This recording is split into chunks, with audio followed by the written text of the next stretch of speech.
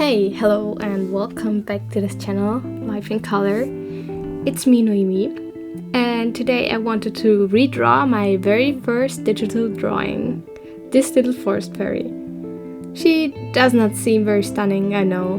I did not put the needed time into hair design in the past, but I was honestly so proud of her. After all, she was my first completed digital character. So I wanted to give her a second chance and a fair shot at conveying the story that I imagined while drawing her. And as you can see, I did a relatively good job at it.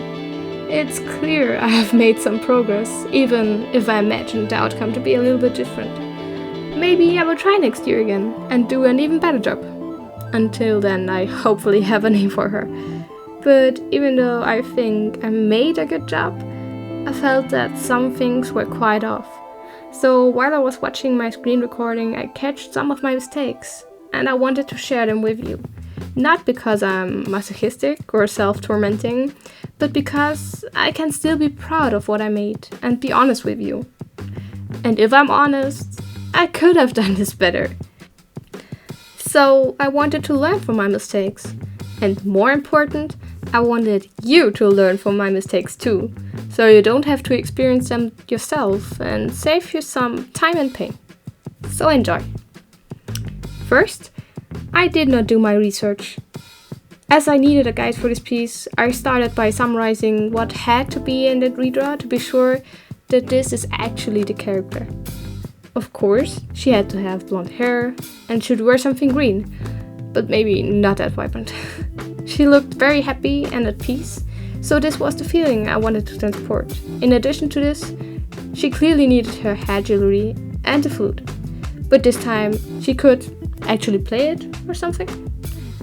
And this was actually all the research I did for this piece. I just jumped right in without looking up a lot of references, which is objectively bad, because as you can clearly tell, I wasn't so sure how I wanted it to look. I imagined her sitting in the forest, but not how, or how I'm going to create contrast between her green clothes and the green background. That's why we nearly ended up with no separation at all. I think in the end, my drawing lacked a little bit of depth, because of this very reason. Which is actually really kind of sad, because I could have fixed this by doing a few thumbnail sketches to make sure everything has its place. Second, I did the character first, which doesn't seem so bad, because I actually really wanted to draw her. She was obviously the highlight of this drawing, so focusing on her wouldn't actually be a problem.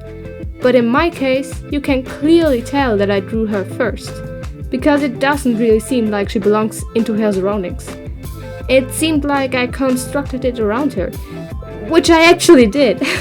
This way, this drawing doesn't look so cohesive and nice or interesting to look at. Even worse, I actually neglected the background. You can clearly tell that I was finished with the background in a few minutes. I did not even define the shapes in a nice looking way. Half the trees are see-through. You can't really tell where they're supposed to hold any leaves or where there's so little detail involved. I mean, yes, you get the idea. It's green, there are trees, it must be a forest. But in comparison to the time I spent refining and working on the rest of the drawing, especially the girl, I wasn't very invested in the background. Fourth, the light scenario is unclear. I personally think that I stole away a lot of this drawing's potential by not thinking through how the light will work on this piece. You can clearly tell that I did not research references for the lighting, because it looks so cartoony, so unreal. This always happens to me when I just draw from imagination or my mental library. As you can see, I haven't drawn a lot of forest scenes in my life. And it shows, because I did not consider that everywhere where light is, there is also shadow. It's dynamic and creates interest. But in my drawing, there is just a little bit of light on the side of the character, and the rest stayed the same. This is not really believable, nor a good light study. Fifth, I ran for my responsibilities by rushing through the phase.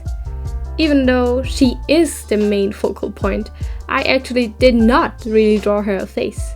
I know it sounds weird, but I just did the bare minimum to show that she actually has got a face and facial features. If you look closer, you can actually tell that much of my time was spent on her body, her position, that it all looked at least remotely at balance. But in this process, she did not got a face or feet. It actually looks really funny if you watch too close. And I exactly know why I run from it. A lot of the time in the past, I also avoided faces. You may already know this from my previous video where I showed my really old art. But I don't draw faces a lot, because they are really hard. They are so complex in shape, and it's so hard for me to make it look appealing if I'm not going for a cartoony vibe. I just skipped this part over and over and left her nearly faceless, as many other of my characters before. And that's the very reason for this video. I know that it may seem a little bit weird to tell all of you what this piece is missing, when I should work on showing my competence in this field, and especially because I'm not so unsatisfied with the outcome. But I try to be honest with all of you. I'm not perfect, and just as little are my drawings, and that's okay. I just wanted to show that you can still like a piece even though it's not perfect, even though it's packed with mistakes. This is not the end of the world. It's only natural and happens to all of us. I was actually so proud of this drawing when I finished it, but I can still objectively tell that it's not perfect. I can still tell that I have room for improvement in the future. And to put everything in perspective, I was especially proud because this was actually my first drawing on my new iPad, my first drawing on Procreate itself. Before this drawing, I just sketched around to get a little bit familiar with the program. That's also the very reason for most of my so-called mistakes. That's why I just started without research or previous sketches, where I rushed through the whole drawing.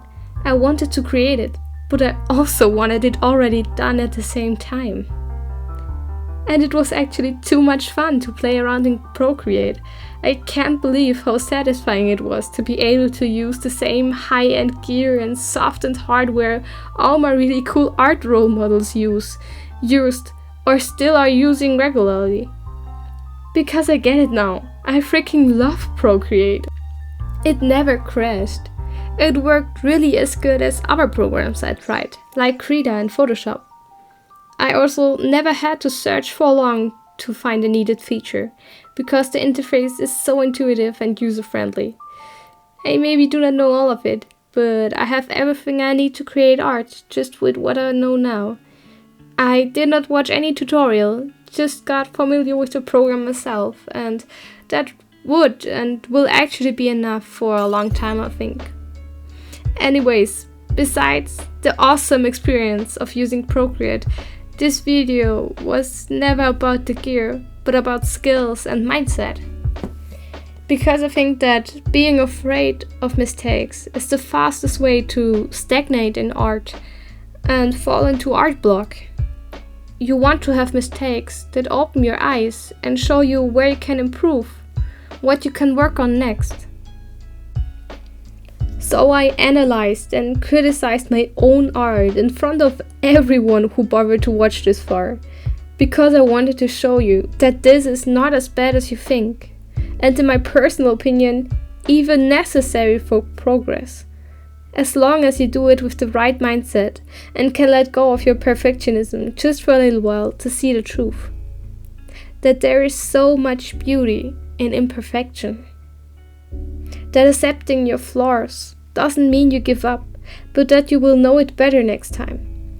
To give every following drawing, every study, every stroke more potential than it had before. To learn and build knowledge and skill and muscle memory. Not to feel bad about your art, but to learn, to see. And I see that this is sadly the end of the video. I hope you liked these quick tips and the value I wanted to share. Please consider liking, sharing and subscribing. Thank you for watching, and until next time, keep drawing.